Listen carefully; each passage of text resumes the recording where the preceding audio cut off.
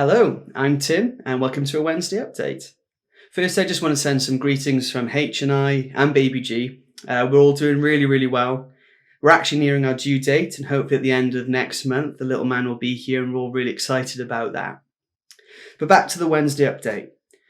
So I've been thinking and praying about what to share, and I just really felt led to talk about the comeback, and more importantly, your comeback.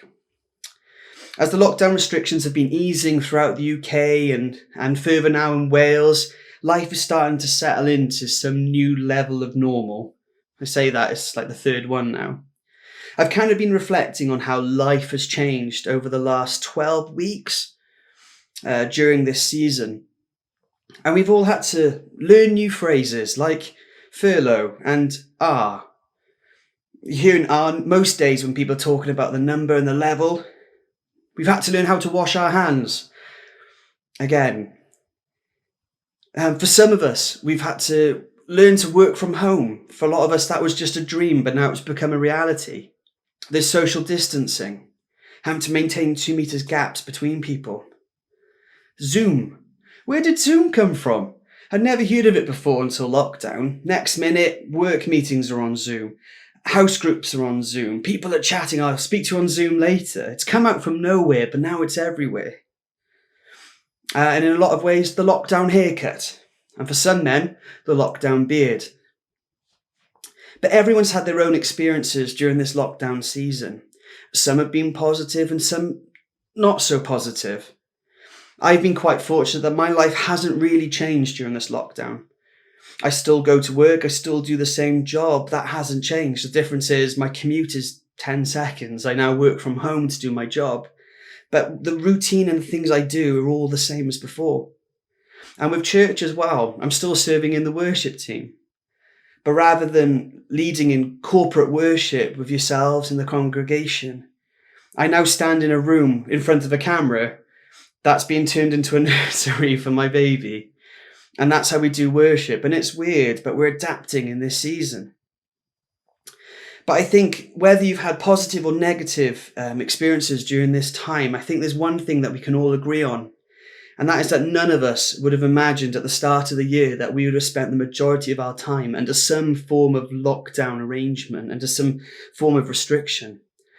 And we might have had plans for 2020. There might have been things that we wanted to do and achieve, places we wanted to go, and that kind of seems to have been thrown out of the window a little bit. But with all the negatives, I also feel there's been some positives during this time. Lockdown has really come along and broken the routine.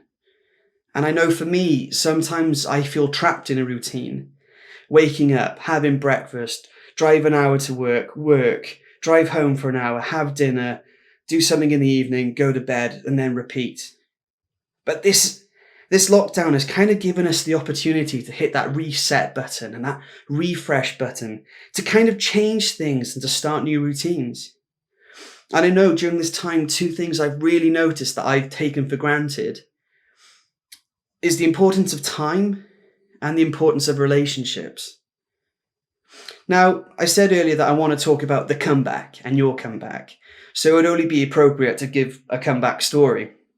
But I'm going to break away from the tradition of this church when it comes to sporting stories, and I will not be talking about the Welsh rugby team, even though there was numerous comeback stories I could share. But I'm actually going to take you back to the 12th of June in 2011, and it was a wet day in Montreal, Canada, for the Canadian Grand Prix. There was a McLaren Formula One driver called Jenson Button. Over the weekend, he'd managed to qualify 7th for the race. And like usual with every other race, he got together with his team, his technicians and his advisors, and they started talking strategy and planning for the race. They talked about tyre changes, they talked about pit strategies, and just other things like that. With the ultimate goal of winning the race. That's all they were planning for, was getting his car to first place and across that line. However, unlike most of the races that season, the weather was horrific. It was heavy rain, torrential downpours, there was standing water all over the track and reduced visibility as a result of it, and it was so bad that the race actually had to start behind the safety car at reduced speeds just for safety reasons. And now in this race, there were numerous crashes as well. To be fair, Jensen was involved in his fair share of them as well. Lap 8, he collided with his teammate and knocked him out of the race. Not a good start. And lap 37 again, he collided with another racer. It just really wasn't going to plan. And then to top it all off, in lap 40, Jensen gets a puncture on one of his tyres and slowly falls to the back of the grid and ends up in 21st place. Last place. You would think after 2 crashes, a puncture, and all these things just kind of going wrong, that Jensen might be thinking, what's the point in going back out? I might as well park the car up in the garage, call it quits on a day and have an early finish, jump on the next flight back to the UK. But he didn't. He kept on going, and that's when the comeback began. With some smart driving, some preemptive tyre choices and some well-timed pit stops, and a few more safety cars, by lap 46, Jensen had got himself up to 10th place from 21st. And he was just going from strength to strength. Jensen, in Formula One speak, if you don't know, is a bit of a wet-weathered expert.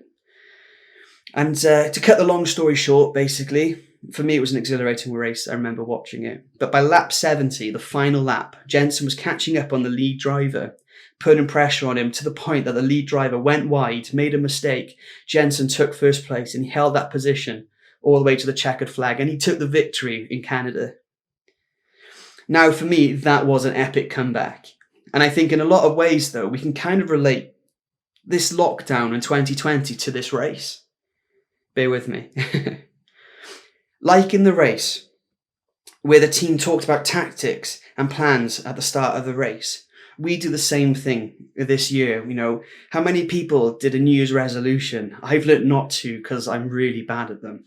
But how many people set themselves a goal or a target or something they wanted to achieve this year? But then also, like this race, which didn't really go to plan, this year hasn't really gone to plan. And in a lot of ways, these things that we thought of have just been thrown out the window. But also like the race, with some godly thinking and decision making, we will have an epic comeback from this season, and we will come back stronger. Now, Jensen had a team of technicians and experts to help him with his comeback, to help formulate a plan. But we don't need a team of experts around us, because we have the all-powerful, the almighty, the holy, glorious, loving creator of everything that we know, God, on our side. And that same God that we read about in Genesis chapter 1, who spoke creation, who made the stars, the day, the night, the earth, and all the things that we know on the earth, is on our side. And he's in our corner, and he is our expert. He is our technician formulating our plan for our comeback. It says in Isaiah 43 verse 1-3 in the Amplified version, "Do not fear, for I have redeemed you. I have called you by name, and you are mine. When you pass through the waters, I will be with you, and through the rivers, they will not overwhelm you. When you walk through the fire, you will not be scorched, nor will the flame burn you, for I am the Lord your God, the Holy One of Israel, your Saviour." God knows you by name. He knows your situation, and he's in your corner, and he's on your side. You don't need anyone else to help you with that. You just need him. Now, going back to the comeback, the simple fact is there will be a comeback. There will be a day when COVID-19 doesn't exist. The lockdown will be a thing of the past, and social distancing will be a far memory from ourselves. And we will all come back. But my question is, how are you going to come back? You have a choice in this season, when the routines have all been thrown out the window, and you have a chance to change things. And whether your experiences have been good or bad, you have a choice to start making changes for good, and that to get these things into a new routine, so when life returns back to a more normal, you're already good to go. I mentioned 2 things earlier that I had noticed that I've been taking for granted, and during this season I've been reflecting on them. And that's time and the importance of relationships. This lockdown has given people a lot more time. If you speak to most people, they say, time, I've got more time, I've got more this. And are we using this time to better ourselves, to grow closer to God? Are we building ourselves up in the Word and just reaching into him? Or are we spending the time catching up on the 236 episodes of Friends, or the latest new release on Netflix? Or are we just getting caught up on the latest post on social media? There's one every 20 minutes. and getting angry or whatever. And I'm not saying it's a bad thing to watch television, because H will call me out on that straight away. But God has been challenging me on this, the thought of, how am I using that time to better myself? And if the television and the programs I'm watching are taking my focus and becoming my priority, then they are bad. James 4 verse 8 says to us that if we draw near to God, he will draw near to us. And it's important in this time that we need to draw near to him, because he is our source. He is the creator, as we said earlier. And if you're in this season thinking to yourself, but how am I going to come back from it? Say, for example, you've been furloughed, or some people have lost their jobs. What do I do now? Well, Psalm 119 verse 105 says, your word is a lamp to my feet and a light to my path. If you need direction, get in the word. The word will guide you. It will lead you. And we need to make sure that we're using this time wisely, that we're making the most of it. I feel James 1 verse 22 really challenges us to just be doers of the word and not only hearers. Are we using this time to positively impact on those people around us, on our friendship circles and on our relationships? I was recently challenged with Matthew 28 verse 19 to go therefore and make disciples of all nations. And Psalm 96 verse 3 to declare his glory among the nations, his marvelous works among all the peoples. We need to be sharing and spreading the life and love of Jesus in our conversations, in our Zoom chats, on our Facebook posts, on our Twitter, whatever we're doing. We need to be using these influences on those people to share the good news, to give hope, to share joy, and to bring light into these situations of the people around us. We don't need to be caught up in spreading fear. And Alex spoke about it last Wednesday, about what is your focus, what is your priority, what are you looking at? We need to be a source of light to those around us. The second thing I mentioned earlier as well was the importance of relationships. With social distancing, this has meant that we can't see the loved ones. We can't see our friends. We can't see our family. And we haven't been able to meet as a church, to worship physically and to fellowship together. But from speaking to a lot of people, and the vast majority of us have taken on to some level of not social distancing, but being distantly social. We've been using technology to maintain relationships, to form relationships and to grow. Technology has filled this gap where we've been told we can't see people, but a click of a button, I can talk to somebody in America or anywhere else in the world.